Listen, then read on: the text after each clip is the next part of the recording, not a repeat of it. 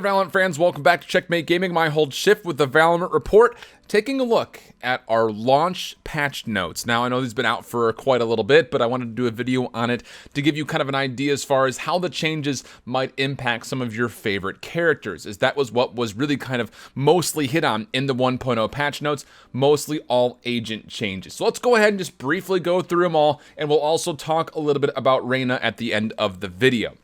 Starting things off, we'll be dealing with Sage. She's been getting tuned here and there over the last couple of patches. The slow duration, the slowing zone, how you can manipulate through it, whether you're walking, do you make sound, things like that. But this time through, it will actually not be the slowing orb that's touched at all. It'll be the barrier orb and the healing orb. The barrier orb change from before was knife damage to double the damage it was doing previously. That's kind of along the same lines of where these next changes are going, where the individual segments of the barrier orb have seen a health reduction from 1,000 total HP down to 800 total HP. With that, the barrier orb duration has also been reduced from 40 seconds to 30 seconds. The previous changes we saw again did a nice job of making sure that in the earlier stages of the game, the barrier orb was not as much of a nuisance. These changes here will again kind of go to reiterate that a little bit longer towards the mid and late stages of the game, where you're still having trouble getting through that barrier orb even with full weaponry. So that's kind of the whole idea. It's still a very good stalling tool, but it will not be nearly as impactful as it had been previously. It's almost the exact same treatment that the slowing orb had gotten, where it was very, very, very extremely powerful. Now it's been tuned to make it a little bit more realistic. Kind of the same idea has been kind of showcased with the barrier orb. On top of that, Sage was the only real support healing based character in the game, has actually seen a little bit of a tune on the healing orb. The cooldown has been increased from what was 35 seconds now up to 45 seconds, and the dev notes were saying that, simply put, she was healing way too frequently. We wanted to make sure that it was a little bit more of a stretch to get a double heal off in a round alone. So a couple of adjustments to Sage. Still, she's the only character out there that brings team healing and a resurrection to the game to give you a potential quote-unquote 6v5 situation. Plus, the slow and the barrier I still think are some of the biggest deterrents to movement on your opponents in the game. Sage will still be a must pick up in my mind, but she won't be nearly as elite as she has been previously. It might put some considerations that, hey, maybe the barrier orb, slow orb are not exactly the best tool available. Maybe we'll skip off on the Sage on a certain map type. I think those conversations will start to occur more regularly, but I don't think that we're going to see any less of her, or at least not dramatically so, even after these changes. Going over to Raze, she of course had a pretty big change with the paint shells not having 2 charges. You only get 1, you earn it back by getting 2 kills, but you do get 1 for free at the beginning of the round. I personally thought that change was not going to be enough to really impact Raze all too much. Now, to be fair, she does not see a lot of high-end competitive play because she is super individualistic as a duelist, as most duelists are. But I was always under the mindset that the damage potential she brought was way too high, and we're starting to see a little bit of a change to the radius and overall damage that very well could be coming in to a character like Raze. The blast pack getting a change where the maximum damage radius has been reduced from 2 meters down to 1 meter. I couldn't quantify how much a meter is in this current game, but you just think about the radius reduced by half. That's a good way of kind of putting it, to where you'll still be able to clear out some spaces, but it won't be necessarily as impactful as it has been in the past. So definitely something to kind of keep in mind there as far as how you're using those blast packs in the future. For Jett, another duelist change here. Actually, almost all of our duelists got touched here. Jett got a little bit of a change here where, again, it was kind of memed upon in most of the competitive mindset, where she just doesn't bring anything to the team. She's super individualistic. Her cloud bursts don't last that long. They're only mainly used for her to get around certain areas. That's coming to a bit of a change here. Again, Jett as a potential entry fragger, I think brings a lot of potential to the game as a whole, but we haven't really quite seen that yet. Now we might actually get a chance to see that. Cloudburst smoke duration is going to be increased from 4 seconds to 7 seconds. That's absolutely insane. Not only for the ability to enter with good smoke, but beyond that, it's also good for her to use as kind of a distraction to get away from potential trade situations.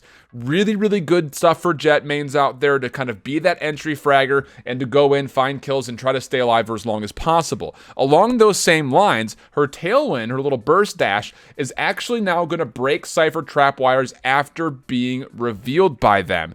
One of the biggest complaints, I would say, below the platinum level is the fact that Cypher had been so controlling with trap wires and cyber cages. Obviously, cyber cages have been nerfed a bit, no longer slowing in them, but let's be candid, if you're sitting below plat, you've probably heard in your games a couple of different times, oh no, the Cypher setup, we can't go that way. Now Jett doesn't have to give a care about that in the world. If she gets hit by a trap wire, tailwind through it, you break free of any of those leashes that come with that trap wire. Jett's going to be a lot more valuable, I think, and I think we will see her rise up the tier list because of it.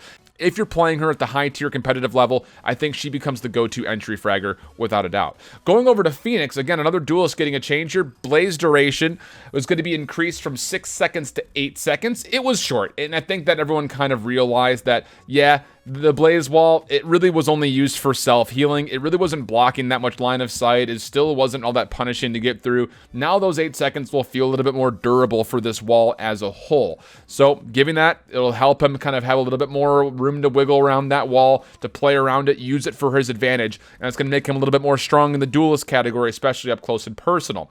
Blaze is also going to be getting a change with Hot Hands when it comes down to how much damage versus healing these two do. So you take a look at Blaze again. Damage before was 15 damage every quarter of a second. Now it's 1 damage every 0.033 seconds. Essentially, it's going to mimic what the different DOTs are in the game, where it comes to ticking more often, but for relatively the same amount.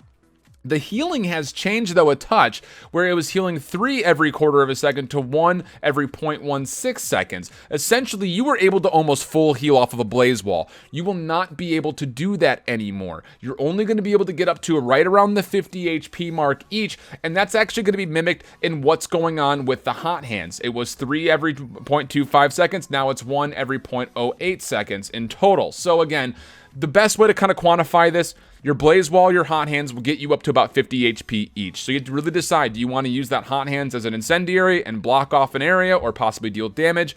Same kind of thing with the Blaze Wall. Do you want to try to zone off a part of the spike site? Do you want to try to hold yourself into a corner? Or do you want to use those to heal off of it? Those decisions are going to be a little bit more punishing for Phoenix players in total. Beyond that, we're also getting a little bit of a curveball buff where the max flash duration will increase by 0.3 seconds. It just makes it a little bit more tangible to use, kind of similarly to how Breach's Flashpoint currently works, and we'll talk about Reyna and her Leer coming up in the near future. Run it back, small quality of life improvement. You will automatically reload all of your weapons on respawn, so you don't have to worry about coming back to your teleport, reloading. It'll automatically be full ammo for you, so it's a little bit of a quality of life improvement for the side of Phoenix. Will he raise up the ranks? I think you could very well make an argument for Phoenix in certain situations, depending on the rest of your team comp. He still is very individual, and so if you're missing out on the potential of flashing with an entry person, I think Phoenix can serve that purpose pretty nicely, but I don't necessarily think that it really kind of gives him a ton of stock. Maybe it raises him just a touch, but again, he also gets a little bit of a nerf with how much he's able to self-sustain. So you kind of still have to run a Sage. You can't just self-heal off of Phoenix and Reyna and think you're going to be okay. Oh, maybe you could. I'm not sure yet. We'll have to see.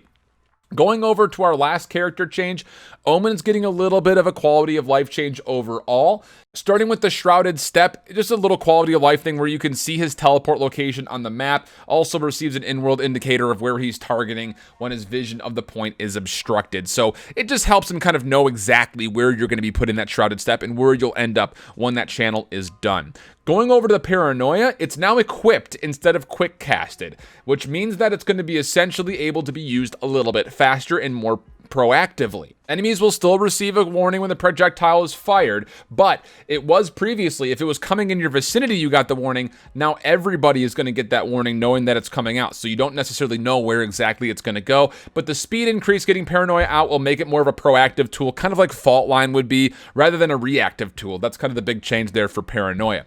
Dark Cover also getting a little bit of a UI change where you can essentially see through the walls to place your smokes, and then you can also kind of change between, would you like to do the phasing type of targeting, or would you like to do the normal targeting? A little quality of life thing that might feel a little bit strange at first, but it essentially is the same ability, not much change there whatsoever. And then from the shadows, just a small change to his ultimate. You can cancel his teleport, so that way when you're sitting and you see someone staring at you, you don't have to be there and wait for them to shoot at you. You can cancel it. So it's almost used as an intel. At worst, it's used as kind of an intel gathering ability. So those are the things that with all the characters that have been changed. Of course, we have Ascent, which I'm sure if you're playing around with the game, you've played by now. But I do want to talk briefly about Reyna. Again, her Leer, 2 charges of it essentially puts out a nearsightedness for anybody looking at the orb itself. It costs 200 each for each of those 2 charges. It's like a flashbang that you have to destroy, and it can be very, very good at essentially just terminating any kind of vision over large spaces. It's very, very strong to be sure, and of course you can place it through walls,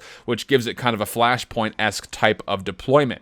Devour and Dismiss are kind of used in tandem with one another. There are 4 total Soul Orb charges that you can hold going into any given round, and those orb charges are shared between Devour and Dismiss. So you still have to buy the charges to use those slots. You don't just get them every single time for free, even though Dismiss says its cost is free technically. You have to buy the Devour charge slots if you want to be able to use up to 4 charges every single round.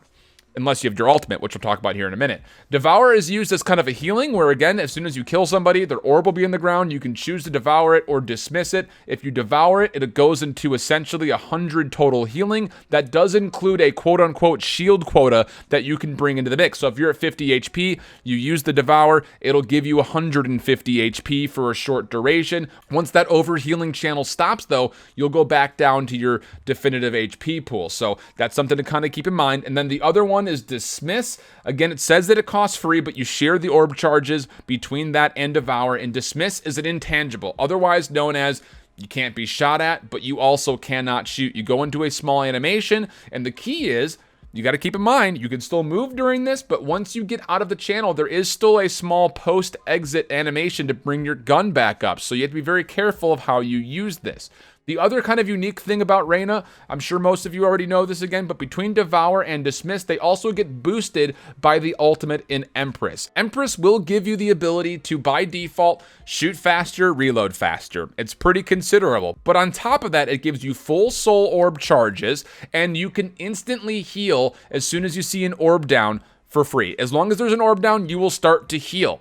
However, what you can do is hit your Dismiss button key again, and that will stop the healing and use that orb to be channeled as a stealth ability, where you will go into a stealth moment where you can move around the map. You cannot shoot. It's the same thing as the intangible that Dismiss brings, but you go invisible while that is charged up with the ultimate itself. Very, very strong. Again, she has an incredible amount of self-sustainability by using the Devour, by using the Dismiss, where you can negate any entry coming through. But unlike Curveball and Flashpoint, Leer is a very special type of kind of flashbang, is what I'm calling it, a nearsighted flashbang that is very good for the team at large. You can put it up really, really high. You can charge around the corner of it. People have to choose.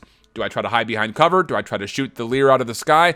A lot of decisions have to be made, and I think Reyna right now is pretty busted. I've got her near the top of my tier list, which kind of brings me to my final point. I will be doing an updated tier list right here in the Checkmate channel about all of the characters and how they fashioned themselves to the potential of a ranked mode, which of course is not out now, but will be out in the near future. Hope you guys like the update of the patch notes. Hope you're having fun playing. Let me know down below what you think about Reyna and all the changes to the other agents in the game, and hopefully we'll come back with that tier list not too far in the future, and we'll see you there for that one. Until then, hope you keep pulling it down. So long.